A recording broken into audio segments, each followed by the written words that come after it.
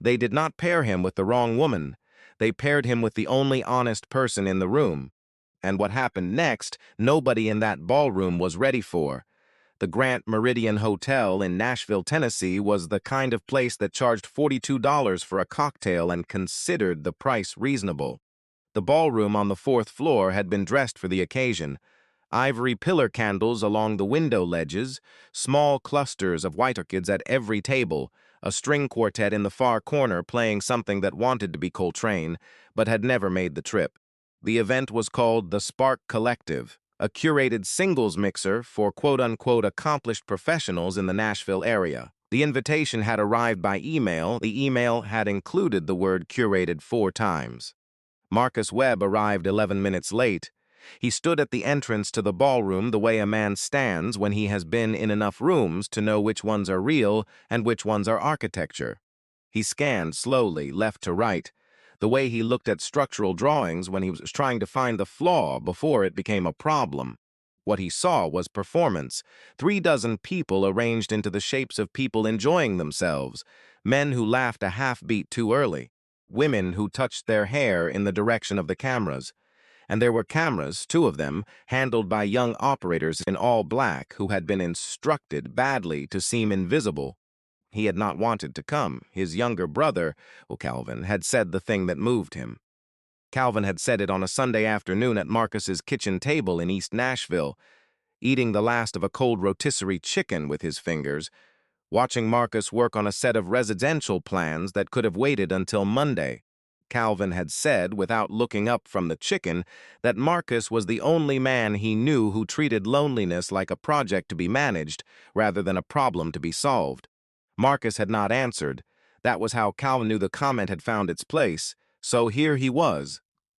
In the charcoal button-down Calvin had picked off the rack at the department store with the same confidence Calvin brought to everything that didn't matter, and almost none of the things that did. He intended to stay 90 minutes and leave with a clear conscience. He was not watching the entrance when Caroline Marsh walked in.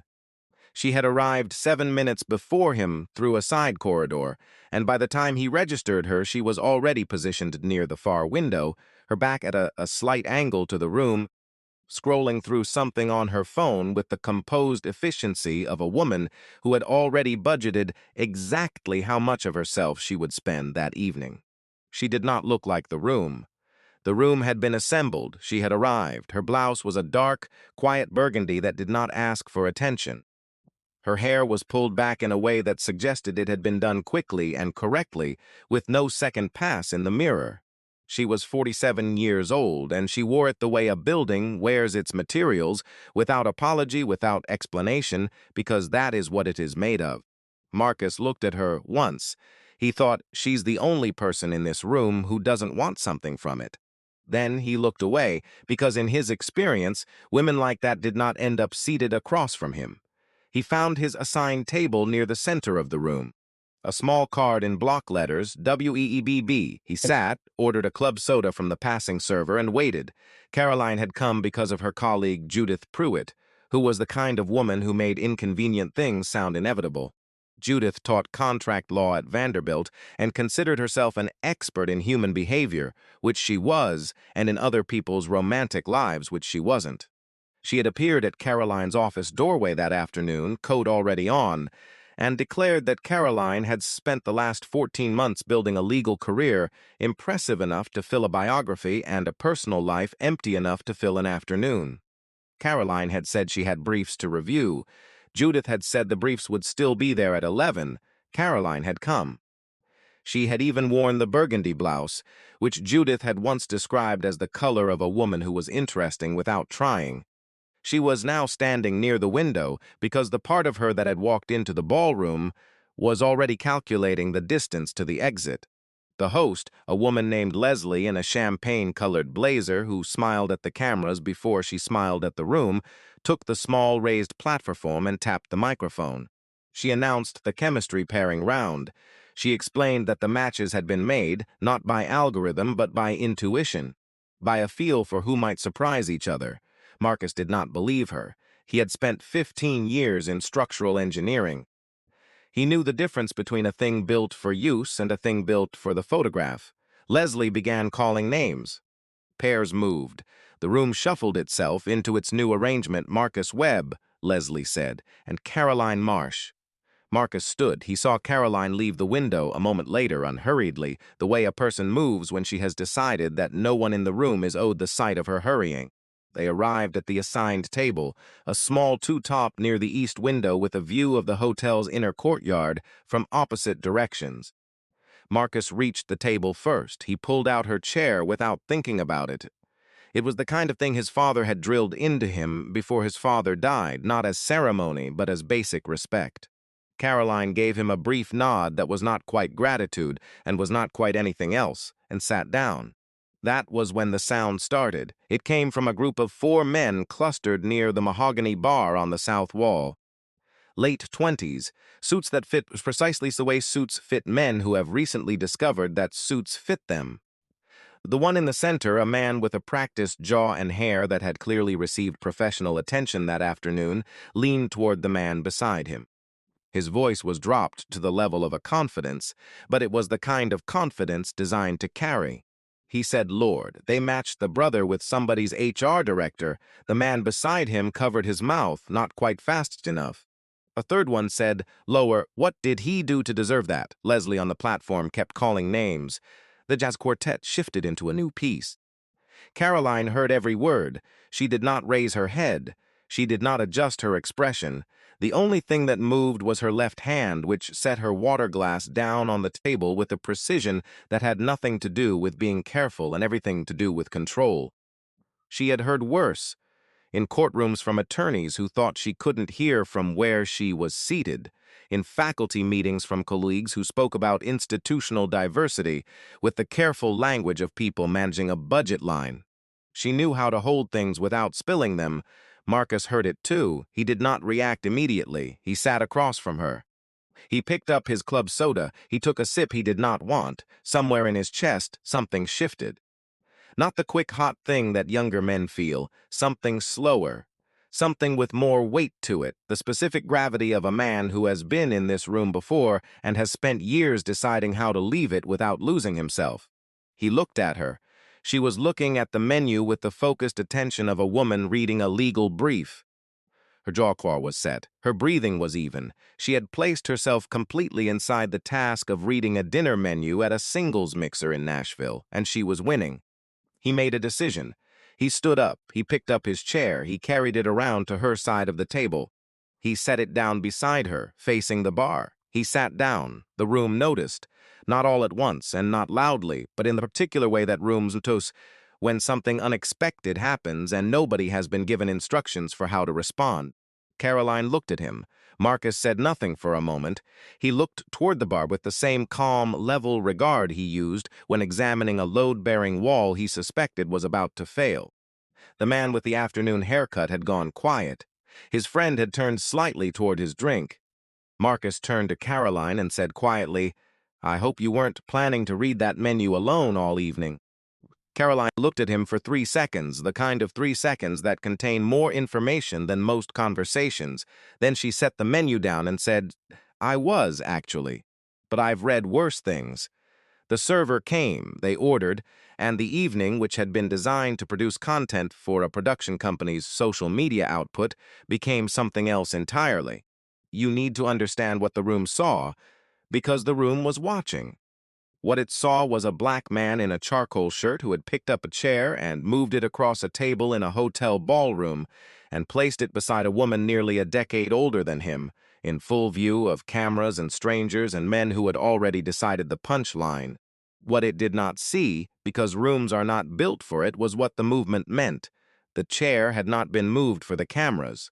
The chair had not been moved as a performance of dignity or a statement or a piece of content. The chair had been moved because a man noticed that a woman was holding something heavy by herself, and he had the means to take some of the weight. That distinction the room was constitutionally incapable of understanding. But we can hold it. What they talked about for the next 2 hours and 23 minutes was not remarkable in the way that the production company would have hoped. They talked about the buildings Marcus was working on, specifically a mixed-use residential project in the Wedgwood, Houston neighborhood. that had been giving him structural problems he couldn't quite locate. They talked about a case Caroline had argued before the Sixth Circuit 3 months earlier, a property rights dispute involving a rural broadband easement that had consumed 8 months of her professional life and resolved in an opinion she considered exactly half right. They talked about Nashville, not the Nashville of Lower Broadway and the bachelorette parties and the glossy magazine version. The Nashville of the neighborhoods that still had hardware stores, and the community gardens that showed up in the lots where houses had burned or been condemned. The Nashville that both of them lived in, and that neither of them talked about in rooms like this one.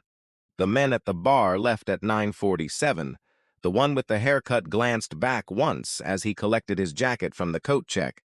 Marcus was leaning slightly forward, saying something to Caroline about a subcontractor, and Caroline was laughing at something he had said, not the bright performed laugh of the evening, but the shorter, lower kind that arrives without permission. The man looked away and walked out. What he missed was what happened at 10:15, when the production crew began breaking down the cameras and Leslie, in the champagne blazer, made her closing remarks to an already thinning room. Caroline looked at her watch, and then at Marcus, and said that she needed to get back. She had a brief to finish reviewing by 8 the next morning.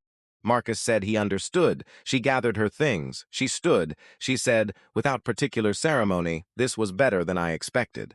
He said was. She left through the side corridor. Marcus sat at the table alone for another 7 minutes. He was thinking about the structural problem in the Wedgwood Houston building. He was also thinking about something else, something he did not examine directly because he was not ready to, which was the specific texture of an evening he had not wanted to attend that had ended up feeling like the least performed 2 hours he had spent with another person in a very long time. He left the hotel at 10:31. The valet brought his car. He drove home through the lit streets of Nashville with the window down despite the November chill, which was something he almost never did. Here is what happened on that evening that neither Marcus nor Caroline knew yet. One of the production crew, a 23-year-old assistant with a phone and a habit of capturing moments she found interesting, had filmed the chair move. Not for the production, for herself. The way people capture things that feel significant before they understand why. She posted it to her personal social media account at 11:18 that night with no caption other than a single period. By morning, it had been viewed by 400,000 people. By the following evening, it had been viewed by 2.3 million.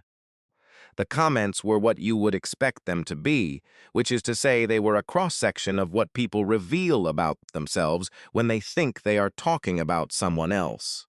Some people said it was beautiful, some said it was staged, some did the thing that is most reliably human, which is to miss the point entirely while being certain they had found it. The man with the afternoon haircut was tagged in the video by one of the men who had been standing beside him. He had not realized he was on camera. He had not realized his voice had been as clear as it was. He had not realized that the specific register of cruelty he had used, the kind designed to carry exactly far enough and no farther, had in fact been captured by a directional microphone 22 feet away belonging to the production company he had not noticed was still recording.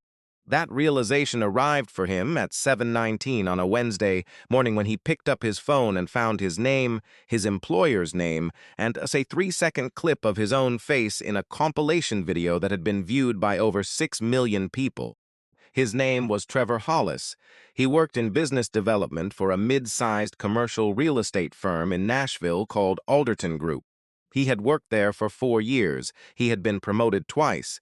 He had, by all external measures, been doing well. By 9:15 that same Wednesday morning, the managing partner of Alderton Group, a methodical man named Raymond Alderton, who had built the firm over 22 years and considered his company's reputation the most valuable asset on his balance sheet, had forwarded Trevor the compilation video with a single line beneath it. Please come see me at 2. The meeting at 2 lasted 26 minutes.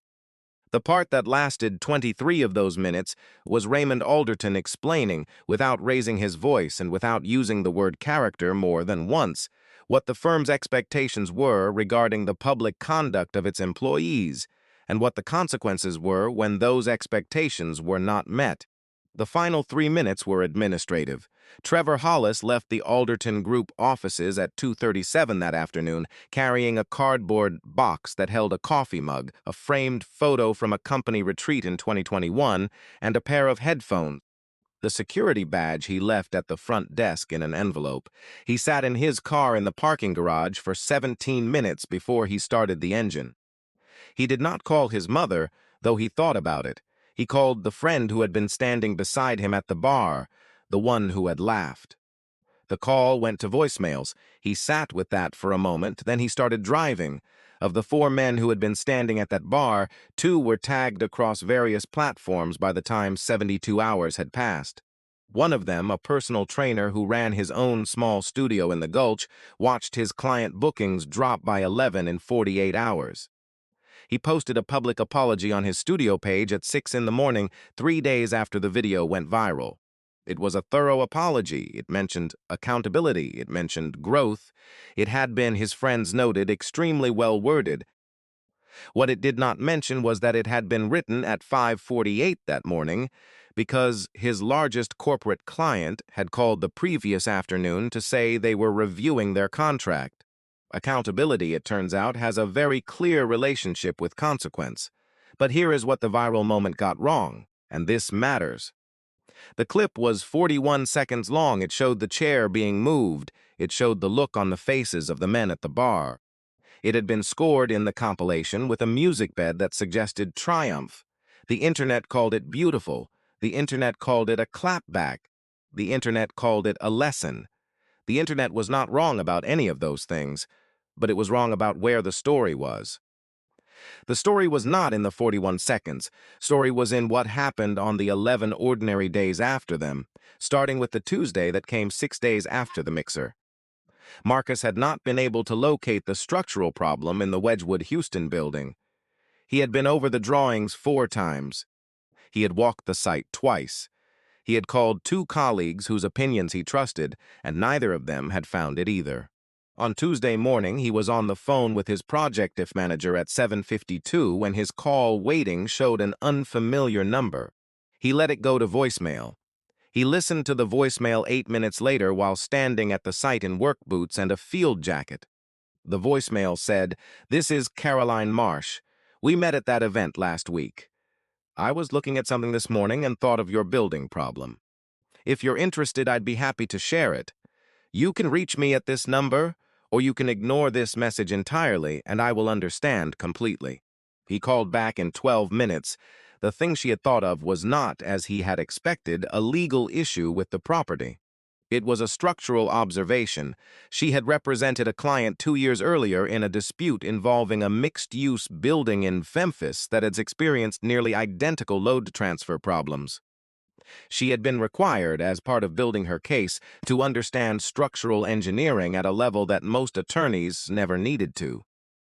She had retained that understanding the way certain people retain things, completely and permanently, and without drawing attention to it.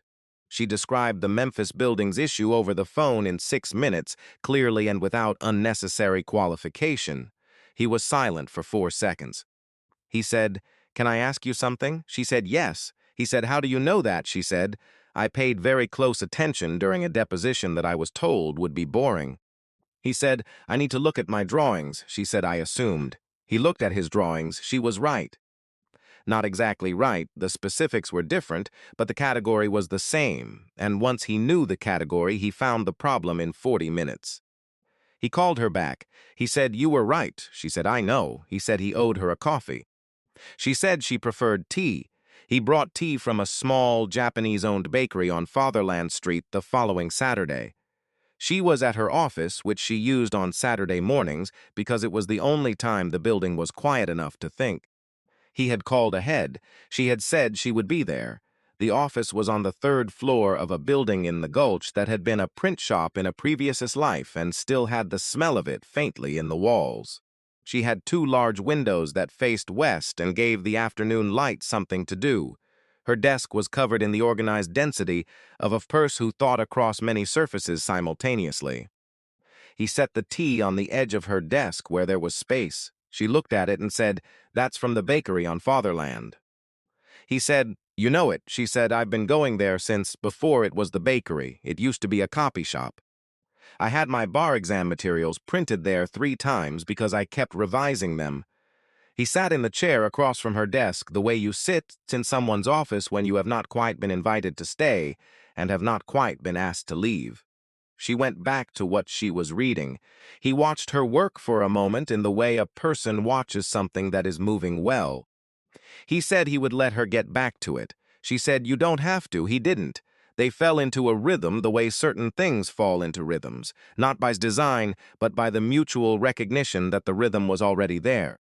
He came on Saturday mornings. He brought tea. Sometimes she was working. Sometimes she was not. Sometimes they talked at length. Sometimes they sat in the same room without talking in the particular way that people sit quietly together when the silence does not need to be filled. She came to his project office one afternoon in December. He had mentioned, almost incidentally, a community rec center he had been retained to redesign on the north side of Nashville, a building that served a neighborhood that had not been served well by much of anything for a long time. The problem was the central gathering space. He wanted it to feel open and honest and unperformative, every iteration of the zazaz producing something that felt like a waiting room. She looked at the model for 4 minutes without speaking. She said, "The entrance is wrong." He said, "What do you mean?" She said, "You're bringing people in facing the stage. You're making them an audience before they've decided to be one. Flip it. Bring them in from the side. Let them choose the room before the room chooses them." He looked at the model. He went back to his drawings. He spent 4 hours rebuilding the entrance sequence. When he was done, the central space finally felt like what he had been trying to make it. He told her about it the following Saturday. She said, "People know when they're being arranged." He said he was learning that. The video had long since fallen out of the internet's attention by then. The news cycle had moved to other things. Trevor Hollis had, after a period of professional difficulty, found position at a smaller firm in a different city, one that had not required background research before extending the offer. He had sent Marcus a direct message on social media in January, 4 words and a period. He had not received a response. He had not expected one. In February, Marcus and Caroline had their first disagreement. It was not about anything significant, which is to say it was about the kind of thing that is never about the thing it appears to be about. It was about a dinner that had been planned for a Friday and moved to a Saturday without adequate notice, and it was about what adequate meant, and it was about the different value systems that each of them had around schedules and predictability, shaped by entirely different histories that neither of them had yet shared with the other. It did not resolve cleanly that evening. She left his apartment at 9:40 with the particular silence of a woman who has decided to hold her position while she figures out what her position actually is. He sat at his kitchen table for a while after she left. He looked at his phone. He thought about calling. He did not. The following Tuesday she called him. She said she had been thinking about what she actually meant to say on Friday, and she was ready to say it. He said, "I'm listening," she said it. It was precise and honest and slightly uncomfortable in the way that things said precisely and honestly often are. He said, "I hear you. Can I say what I meant?" She said, "Yes." He said it. Neither of them was entirely right. Both of them knew it. She said after a moment, "I'm not good at this." He said, "At what?" She said, "At being in the middle of something I can't see the whole shape of yet." He said, "Neither am I." She said, "Then why are you more calm about it than I am?" He said, "I'm not. I just have a longer background in pretending." She laughed, low and brief. They stayed on the phone for another 40 minutes. In March, his brother Calvin came for dinner. Caroline cooked, which was something she did with the same precision she brought to everything, an ability to hold multiple complex things simultaneously and have them all resolve at the correct moment. Calvin sat across from her at Marcus's kitchen table and watched her operate in someone else's kitchen, with the easy competence of a woman who had done harder things than this. After dinner, when Caroline was washing dishes and Marcus was in the other room taking a call he had been putting off, Calvin leaned in the kitchen doorway and said, "So how long have you had your firm?" She said, "Almost 9 years. Before that, I was at a firm downtown." "Why?" He said, "You just seem like someone who built something." She considered that. She said, I suppose I did. Calvin said he doesn't bring people home. She kept washing the glass she was washing. He said, just so you know, she said, thank you, Calvin. He went back to the table. She stood at the sink for a moment after the water turned off. She looked at her hands. She set the glass carefully on the drying rack. In April, Marcus was commissioned by the Gizhits to lead the structural assessment of 3 public schools in North Nashville that had been flagged for deferred maintenance. It was not the kind of project that came with large fees. It was the kind of project that came from being in a city long enough to be trusted with its real problems. He spent 11 days in the schools. He wrote a report that was longer than it needed to be and more specific than most people would read, because the children in those schools deserved a report written for them even if they would never see it. Caroline read the report on a Saturday morning. He had not asked her to. She had found it on his desk and picked it up and read it. She set it down and said, "This is very good," he said. "It's a structural assessment." She said, "I know what it is." He said, "You're a contract attorney." She said, "I'm a person who reads things carefully." She had made one notation in pencil in the margin of 7, a question about the thermal exchange coefficient of the brick facade in one of the older buildings. The question was precise and structurally relevant, and he did not know immediately how she had arrived at it. He asked. She told him about a construction defects case she had handled in 2018 involving nearly identical masonry. He stared at her for a moment. She said, "Close your mouth, Marcus." He said, "How do you know the things you know?" She said, "I pay attention. It is the only advantage I have ever had over anyone." He thought about that for the rest of the day. In late May, the completed rec center in North Nashville held its soft opening. It was a Thursday evening, clear and warm, and the neighborhood turned out in the unhurried way that neighborhoods turn out for something that is genuinely theirs. Children ran through the central gathering space, which opened to the outside through a set of folding glass panels Marcus had fought for in 3 separate budget meetings. Count stood beside him near the wall. She watched the space fill up. She watched the way people moved through it, the way the entrance he had rebuilt let them arrive on their own terms, choosing the room rather than being assigned to it. She said, "It worked." He said, "You told me what to do." She said, "You knew how to do it." "I just named the problem." He said, "Those are not always different things." She was quiet for a moment. He looked at her. The light inside the space was warm and even, and it was landing exactly where he had intended it to land. He thought, whatever this costs, it's worth it. He did not say that. 6 weeks later, on a Friday evening in early July, they were walking through Shelby Park after dinner when he stopped near the water. He was not a man given to ceremony. He was not a man who rehearsed things. What he said the way he said most things, directly and without performance. He said, "That night at the hotel I moved my chair for you, not for the cameras, not for the men at the bar. For you. Because you were holding something alone, and I had the ability to sit beside you, and I thought later that it was the most honest thing I had done in years." She was looking at the water. He said, "I keep making that decision, to sit beside you, and I want to keep making it." He took something from his jacket pocket. It was a narrow band of brushed gold with a small channel set down the center, no stone, no ostentation. The kind of ring that was built to be worn in courtrooms and on construction sites and on the kitchen floor at 11 at night when something needed to be sorted out and both people were committed to sorting it. He did not kneel. She looked at the ring. She looked at him. She said, "I'm not easy." He said, "I know." She said, "I am frequently right about things in a way that some people find inconvenient." He said, "I've noticed." She said, "I have no interest in a life that requires me to be smaller than I am." He said, "I'm not asking for one." She looked at the ring again. She said, "Then yes." He put it on her finger. They stood there for a moment. The park was quiet, the way parks are quiet on Friday evenings when the day has not yet decided to end. Somewhere across the water, a dog was barking at something that would stop mattering in a minute. She'd said she wanted to walk back through the neighborhood. They walked. Shelby Avenue on a July Friday was warm and specific in the way of streets that have been lived in long enough to have texture. They passed the bakery on Fatherland that was already closed for the night, its lights off, the sign in the window still lit by the street lamp outside. She looked at it as they passed. She did not say anything. He did not ask. They walked in the easy silence of 2 people who have learned, Over the course of 11 ordinary months, that silence between them is not absence. It is evidence. 12 days later, Marcus received a request for a structural consultation from a firm in Memphis. The request was referral-based.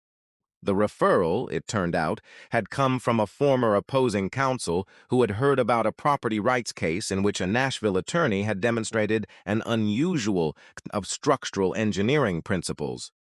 He told Caroline at dinner. She said, "Who referred them?" He told her the name. She said, He said, "You know him." She said, "We've been opposing counsel twice. He's thorough." He said, "Apparently, he speaks well of you." She said, "He thinks I'm too aggressive." Marcus said, "Are you?" She set her fork down. She looked at him with the expression she used when a question contained something worth being careful about. She said, "I am exactly as aggressive as the situation requires. No more and no less." He said, "That's not an answer." She said, "It is actually, if you understand what I mean by requires." He looked at her. The kitchen was warm. The window over the sink was open, he thought. There are things about her I will spend years still learning. He thought, I'm looking forward to it. He did not say either of those things. He picked up his fork.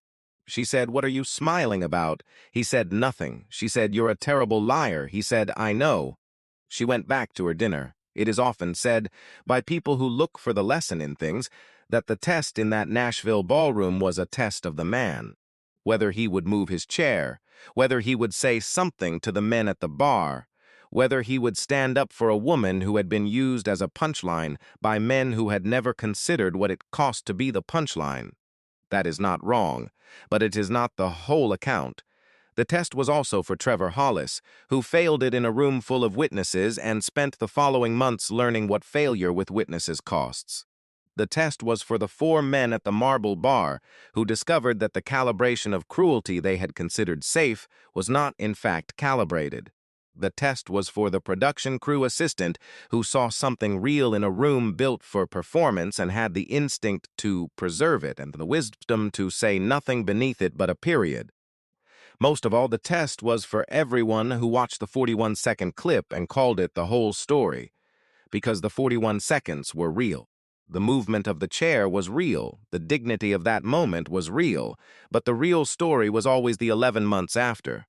The Saturday mornings in the Gulch office, the tea from the bakery on Fatherland, the penciled notation on page 7 of a structural assessment, the entrance of a rec center rebuilt on a principle, the Friday evening in Shelby Park with no audience and a narrow gold ring and 2 people who had found in each other the specific and irreplaceable thing they had not known they were looking for. Every one of those moments happened with no cameras. Every one of them was the same decision made again, to sit beside each other. Not for the room, for the life they were building quietly in the rooms where no one was watching. That is not the kind of story that goes viral, but it is the only kind that lasts. Sometimes the people the world walks past are the ones who see most clearly. Sometimes the evening you didn't want to attend turns out to be the one that changes the entire direction of what comes next. Sometimes a chair is just a chair, and sometimes it is the first honest thing a person has done in years. Dignity is not given, it is recognized, and the ones who refuse to recognize it in others do not lose only the moment. They lose the rooms they never get to walk into because they made themselves too small to find the door.